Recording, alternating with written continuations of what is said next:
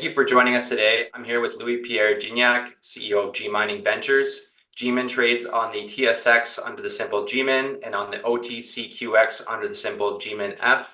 Their current market cap is $895 million Canadian. G Mining Ventures is a precious metal focused company. We're currently building the Tocantinzinho project in Brazil, which will be Brazil's third largest gold mine when we're in production. Obviously, we're looking to use TZ as a platform to grow into an intermediate gold producer with a medium-term objective of reaching 500,000 ounces of production, with additional mines brought into the company and growing a portfolio. So G Mining Services has built mines in Ecuador and Suriname, and now G Mining Ventures is building a mine in Brazil.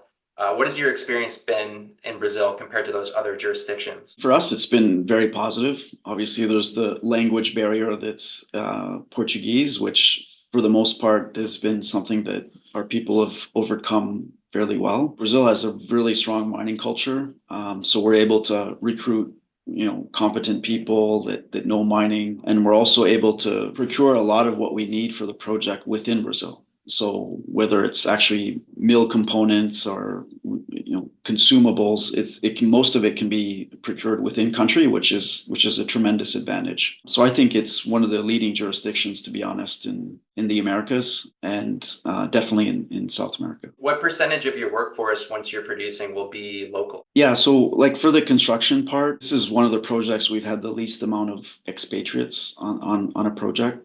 So we had about 116. On other projects, we would have up to 250, even 300 expats. So when it comes to the operations, a lot of those expats are really there for construction. So we might have a dozen or so remain after for operations. So very, very low number. 2023 was a big year for advancing TZ.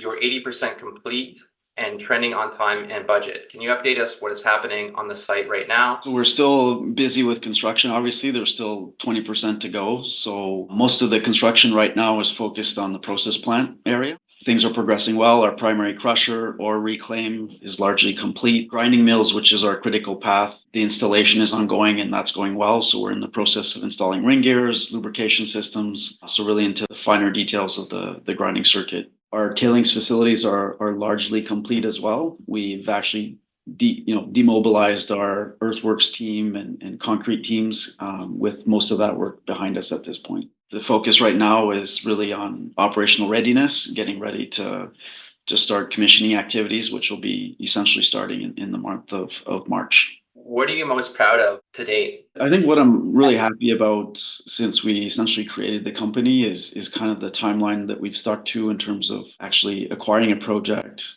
doing a feasibility study, putting the financing in place and kicking off construction pretty much as, we had set out right when we created the company. So that's one of the things I'm most proud of is, it's always difficult to get the timing right in the mining business. Things can take a long time for projects to advance, but that's really what I'm most happy about. And now that we're looking towards commercial production in the second half of this year, we'll be generating cash flow months away at this point. Commercial production is planned for the second half of this year. How much ore has been stockpiled to date, and how much gold do you anticipate the company will produce in 2024? Our mining pre-production activities have been ongoing for a little while now. The initial months was mostly focused on generating waste from the pit for different construction needs. And since December this year, we've been mining ore. Now that we have our own assay lab on site to do grade control. So we stockpiled at the end of February, we're up to 740,000 tons of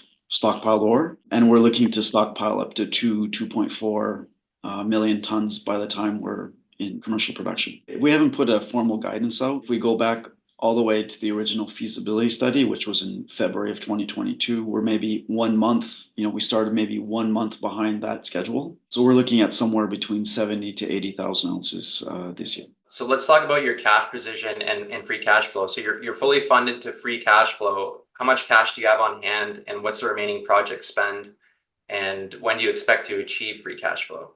What we essentially communicate to tie in with our financials is kind of our position at the end of the year. So we had 52 million US at the end of the year, still 75 million term loan from Franco Nevada to pull on. So that gives us a total capital available of 127. million. We still have 81 million to finish the project, to which we add working capital requirements. So we've already invested in building up inventories, but we still have another 12 million or so to spend, plus corporate costs for another 14. So at this point, we're sitting on about a 20 million cash buffer to get to positive free cash flow. And that doesn't include the potential exercise of warrants later this year. That excludes the warrants. So if those warrants could get exercised, that would bring in essentially 70 million Canadian. And all the numbers I'm speaking previously were all US dollars. That would bring in 70 Canadian million in September, should they get exercised. So the 2022 feasibility study showed an AISC of $681 per ounce. And in a September interview, you mentioned it would likely fall in the $700 to $750 range with inflationary pressures. Do you believe the project is still on track to achieve this? And what costs have varied the most compared to the 2022 feasibility study? That's still a range that applies based on our expectations. So really on the mining side, we're feeling comfortable with our unit costs because we've been mining for several months now. On that front, it's mostly the fuel that's a higher cost for us, with the fuel price being higher than our feasibility study assumptions. But we've had wins on the process plant side, with electricity costs being locked in at a more favorable rate. And we've also secured our reagents supplies contracts for all our reagents and grinding media, which is coming in like within 2-3% of our feasibility study costs. So yeah, on a net, we're looking at maybe 5 to 10% higher than what we had in the feasibility study. Do you see fuel costs staying flat? Or are they trending down? Yeah, they were trending down slightly in the last few months. So that's kind of trending back in the right direction, but generally higher than what we had planned. G Mining has an excellent track record of building big mines on time and budget. In the past, these projects were handed off to mining companies to operate, but now you will be operating the mine. What steps is the company taking to prepare for a smooth transition between construction and operation? And what do you anticipate will be the biggest challenges for G Mining in the early stages of commercial production? Most of our people come from an operating background as well. And like I was just mentioning, like the mine has been operating 24 hours a day since April. So that whole team that's been put together for the mine is just going to continue on for operations. So there's no real change that takes place there. Same goes for all our G&A departments. So HR, health and safety, accounting, supply chain. They've all been put in place to support construction and actually get downsized somewhat to support operations going forward. So there again, like we're already staffed up and running this thing. Really the key piece now is the process plant. We've essentially recruited some very strong people, Brazilians, to head up the process plant team. And that's the team that we're finishing our recruitment for as we're getting ready to start those, trainings and getting ready for commissioning. So we're feeling very comfortable on that front as well. But yeah, in terms of your point, the key challenges is really more on the process plant side. And so what we've done is we've made sure to have a really strong commissioning team.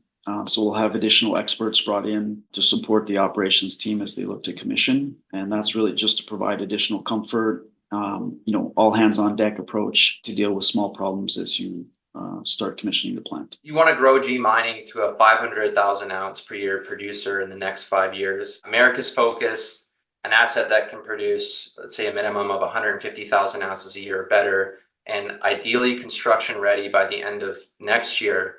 How many projects do you think fit that criteria, and how many have you completed due diligence on, and where are you seeing, feasibility or pre-feasibility studies kind of falling short? We're very much in M&A mode of looking at projects, what could be the next project that would be a nice fit for us to bring into the company. So as you point out, having that ability to redeploy our construction team and effort towards building another project next year when we're generating cash flow would be ideal. We're not limiting ourselves to essentially construction ready projects. So if there are projects that take a little longer to mature before they're ready for construction, we're obviously looking at those as well. We've done over a dozen due diligences on various assets. Most of the time we do, our due diligence focuses on geology and making sure that we're happy with the nature of the ore body, how it's been estimated, because normally that's the part we can't fix. We're kind of stuck with what nature has provided us. Normally, I would say more often not, probably half of the projects don't pan out. right from the geology side. And then after that, it really boils down to what the economics are in terms of CapEx, OpEx, and being able to generate sufficient returns once you build in acquisition costs. So that's really the challenge for us. That's how we look at M&A. To create shareholder value, we build in acquisition costs and all the CapEx the way we estimate it, which is something that's realistic. And that's often the challenge with junior companies is they end up putting promotional numbers in there to make the numbers look nice. But reality needs to sink in, and that's what we're looking to execute on. When you're doing this due diligence and you're in the data room, are you guys creating your own geological model and block model and doing a full, brand new estimate? Oftentimes we do, or at least we'll run checks to make sure that, if we run different estimation parameters, different grade shells, different, sensitivities to it, that we come up something close. Or in many cases, once we get further down the line of due diligence and it becomes very serious, and we want to start making it our own, we'll actually build up a resource model really completely from scratch internally. What are G Mining's exploration plans in 2024? When do you start to ramp up exploration drilling at and around TZ?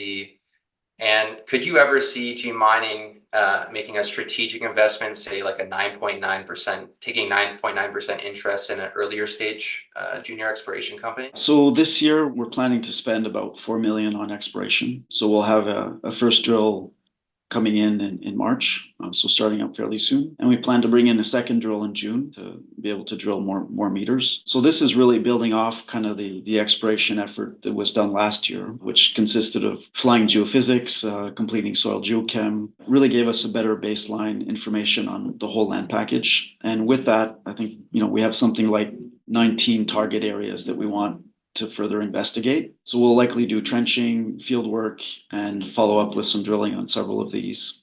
So this year we're going to focus on about a 5-kilometer radius around our project. With the land package that we have about 35 kilometers of strike length on this trend that now clearly shows up with this baseline information we have.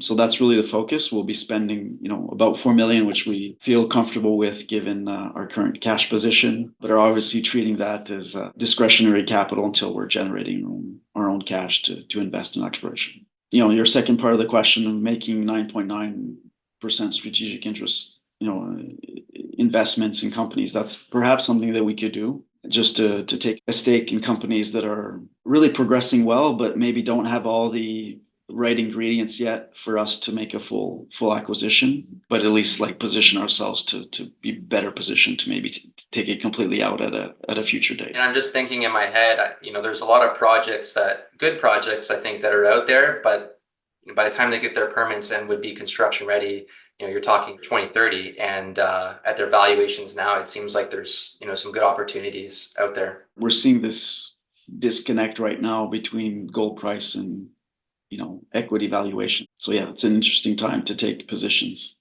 at this point. GMIN has created significant shareholder value. What would you say to those investors who feel like they've missed the opportunity to get in early, and what can we expect from G Mining over the next 12 months? I would say there's still upside, definitely in our share performance and in re-rate as we get closer to commissioning and being in commercial production. So I think there's still upside to be had in that period. And so also I would say there's lots of exploration upside with our land package that investors would be benefiting from from a long-term investment perspective. And then maybe thirdly is just the fact that we're looking to put in production this mine in a gold price environment that is reaching all-time highs right now. So definitely a lot of, gold price sensitivity to the upside. If I look at, some of our valuations from our feasibility study, we didn't even have sensitivities up to 2100, 2200. From our project feasibility NPVs, we're looking at, something in the range of 1.1 to 1.2 billion US. So I still feel based on our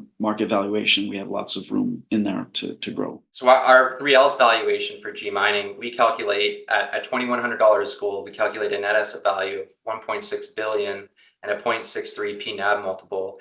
And, we believe with the track record of G Mining, and where you're at with the mine, we would expect you to trade around 1 P/NAV multiple. So there's still, I think, excellent upside for investors. That would be, approximately 50 to 70% upside from the current share price, which today is $2. That's a good reference point and a good range of upside that's out there, I think. I don't think investors have missed the boat on G mining. So yeah, thank you for joining us in our first 3L webinar, Louis-Pierre, and we look forward to seeing TZ progress towards commercial production later this year. I look forward to providing further updates as we go, and thanks for having me.